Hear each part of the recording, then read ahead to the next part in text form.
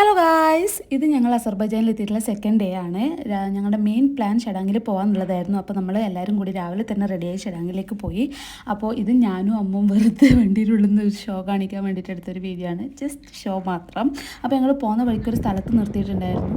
ഭയങ്കര ഭംഗിയായിരുന്നു ഗൈസ് കാണാൻ. ചെറിയൊരു മഴയുണ്ടായിരുന്നു, അതുകൊണ്ട് തന്നെ തണുത്ത് വിറച്ചങ്ങില്ലാണ്ടായി, അത്രയ്ക്ക് തണുപ്പുണ്ടായിരുന്നു.